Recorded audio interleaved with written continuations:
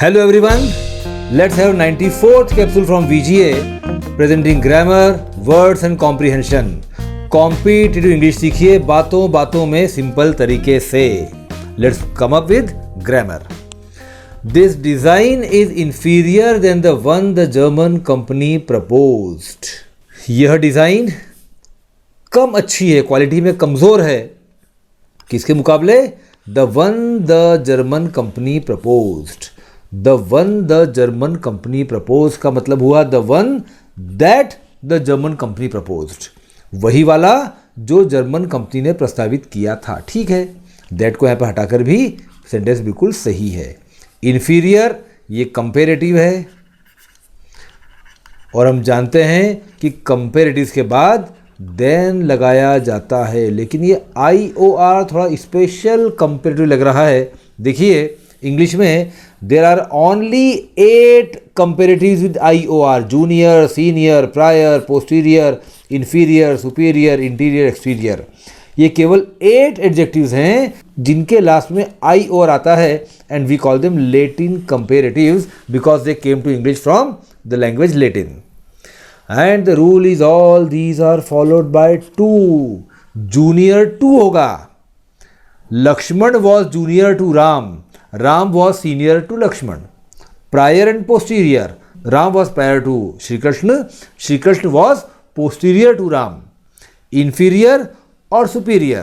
The quality of Rafale is superior to other planes. Interior. Main road से ज़्यादा अंदर. This village is interior to the town. The town is exterior to the village. तो इन सभी के बाद to लगाया जाता है.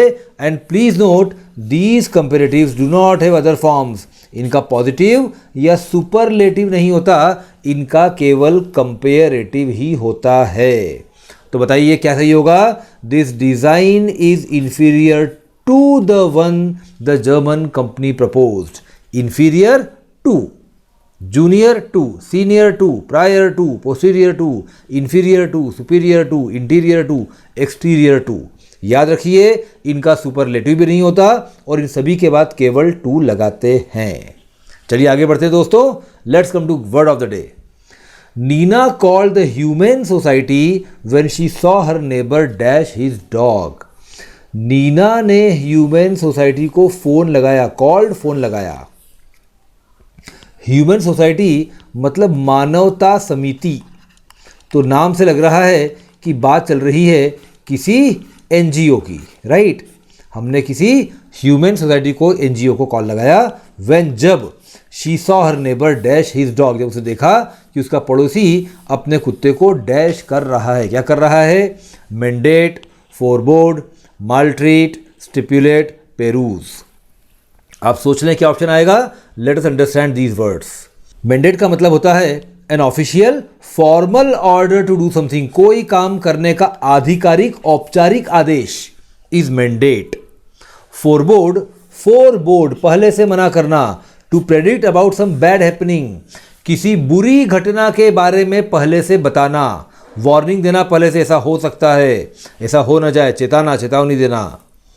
मैल ट्रीट बना है माल प्लस ट्रीट से. ट्रीट व्यवहार करना, माल मतलब बुरा, बुरा व्यवहार करना. टू बी वॉयलेंट और क्रूअल टू अ पर्सन और एनिमल. किसी व्यक्ति या जानवर के प्रति हिंसक या क्रूर व्यवहार करना उसे बोलते हैं मैल ट्रीट करना. स्टिपुलेट, टू से व्हाट इज अलाउड और नेसेसरी.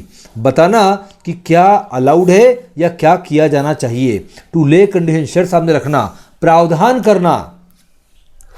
पेरूज का मतलब होता है टू रीड समथिंग केयरफुली. किसी चीज़ को ध्यानपूर्वक पढ़ना, उसको जांचना, उसको आंकना. अब बताइए कैसे लग रहा है? When she saw her neighbour maltreat her dog. जब उसे देखा कि उसका नेबर अपने कुत्ते से खराब, क्रूअल या वॉयलेंट व्यवहार कर रहा है, तो उसे तुरंत मानवता समिति को फोन लगा दिया. तो आंसर इज मेल्ट्रीट. ओके, आगे बढ़ते हैं दोस्तों. Comprehension of the day. आज का हमने स्मॉल पीस लिया है the New Indian Express August 19, 2020 से. The privatisation of Air India has dragged on too long. The first two rounds of bidding in 2018 failed because of the unrealistic terms offered by the government to prospective bidders. Commercial viability in aviation has always been a tough nut to crack. The inability to find a buyer for the grounded jet airways also offers an important lesson. आइए पढ़ते हैं interesting words and phrases. Dragged on. Drag on का मतलब होता है लंबा खींचना, take a very long time. The lecture could have been over in 10 minutes, but the teacher dragged on for 2 hours. जो लेक्चर 10 मिनट पूरा हो सकता था उसे लेक्चरर 2 घंटे तक खींचते चले गए. ड्रैग ऑन लंबा खींचना. Too long. अब देखिए टू वर्ड लगाते हैं, ये किसी चीज के मोर देन नेसेसरी को बताता है, आवश्यकता से अधिक. मच लॉन्गर देन नेसेसरी, आवश्यकता से बहुत अधिक. अनरीजनेबल डिले, ऐसी डिले, ऐसी देरी जिसके पीछे कोई आपके पास तर्क न हो, कोई कारण न हो, उसे कहेंगे टू लॉन्ग. गैर वाजिब तरीके से लंबा खींचा जाना. बिडिंग. अब समझिए बिडिंग क्या होता है. देखिए एक और वर्ड इसके लिए, ऑक्शन. मान लीजिए सरकार को कोई प्रॉपर्टी सेल करना है, राइट. अब उसको सेल करने के लिए वो क्या कर सकते हैं भाई. मान लीजिए आपको जीप सेल करना है, तो इसके लिए आप ऑक्शन करेंगे. ऑक्शन में क्या होता है, आप बोलेंगे कि हमको ये जीप सेल करना है और लोग अपने अलग अलग ऑफर्स देंगे. उन ऑफर्स को बोलते हैं बिड्स. किसी ने बोला आई विल पे 2 lakhs, कोई बोला आई विल पे 3 lakhs, कोई बोला आई विल पे 4 lakhs. तो डेफिनेटली सरकार 4 लाख वाले ऑफर को, चूंकि वो सबसे बड़ा ऑफर है, ये कार बेच देगी, राइट.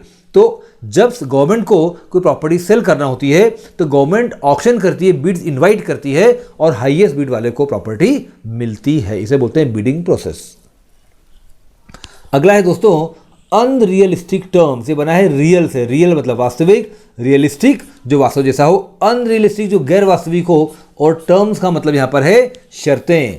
तो terms and conditions which are unreal, ऐसी शर्तें, ऐसे प्रावधान जो अवास्तविक हो. इम्पॉसिबल टर्म्स, असंभव शर्तें लगाना जो वास्तविक हो ही नहीं.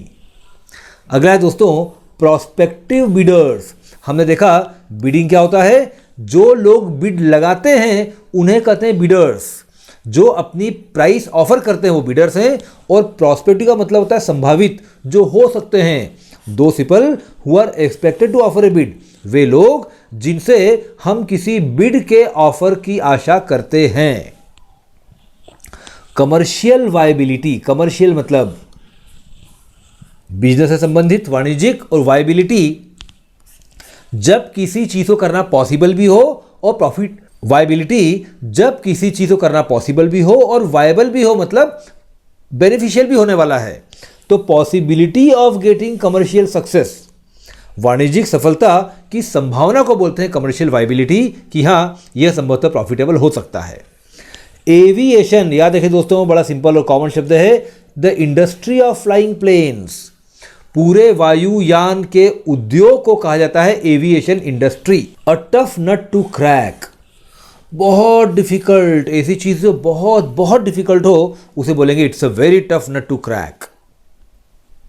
ग्राउंडेड, जिसको जमीन पर रख दिया गया है.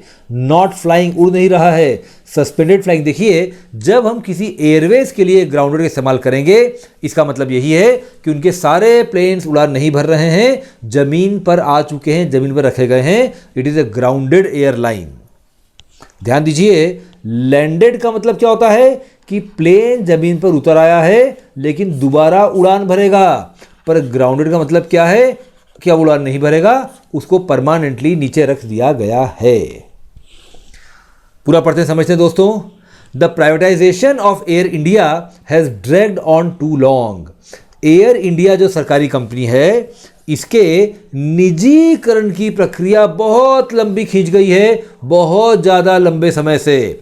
इतना लंबा ड्रैग होना नहीं चाहिए था, ऐसा ऑथर का यहाँ पर कहना है.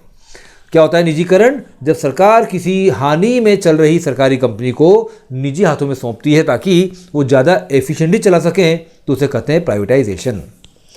The first 2 rounds of bidding in 2018, 2018 में जो बिडिंग के, नीलामी के, बोली के पहले 2 दौर थे, 2 राउंड थे, वो फेल हो गए. फेल्ड बिकॉज ऑफ, क्यों हो गए, because of the unrealistic terms.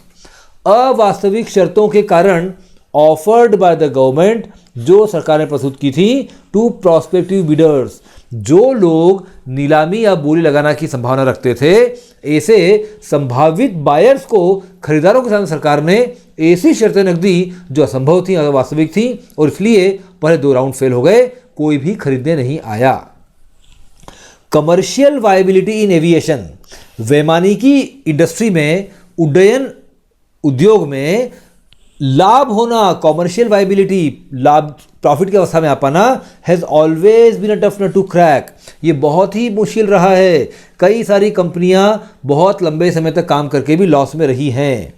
The inability to find a buyer, एक ग्राहक को पाने में अयोग्यता, किसके लिए? For the grounded Jet Airways, जमीन पर आ चुके, बंद हो चुके जेट एयरवेज के लिए। Also offers an important lesson, यह भी एक महत्वपूर्ण पाठ सिखाता है, एक इंपॉर्टेंट बात बताता है कि आपको थोड़ा सा एडजस्ट करना पड़ेगा। अब यहाँ पर ऑथर ऐसा लग रहा है कि एयर इंडिया की प्राइसेस को कम करने के फेवर में है। यह ऑथर का ऑनेस्ट रिव्यू भी हो सकता है, और हो सकता है कि यह ऑथर पोटेंशियल प्रॉस्पेक्टिव बायर की तरफ से एक ओपिनियन बिल्डिंग का एक काम कर रहा हो, जिसे कहते हैं लॉबिंग। वो चाह रहा हो, कोशिश कर रहा हो कि प्रेशर बने, प्राइसेस कम हो, ताकि मेरे बायर को फायदा हो। ये ऐसा भी हो सकता है। देखते रहिए दोस्तों, नोट्स बनाइए और धीरे धीरे सफलता की ओर कदम बढ़ाइए। Thank you, all the best.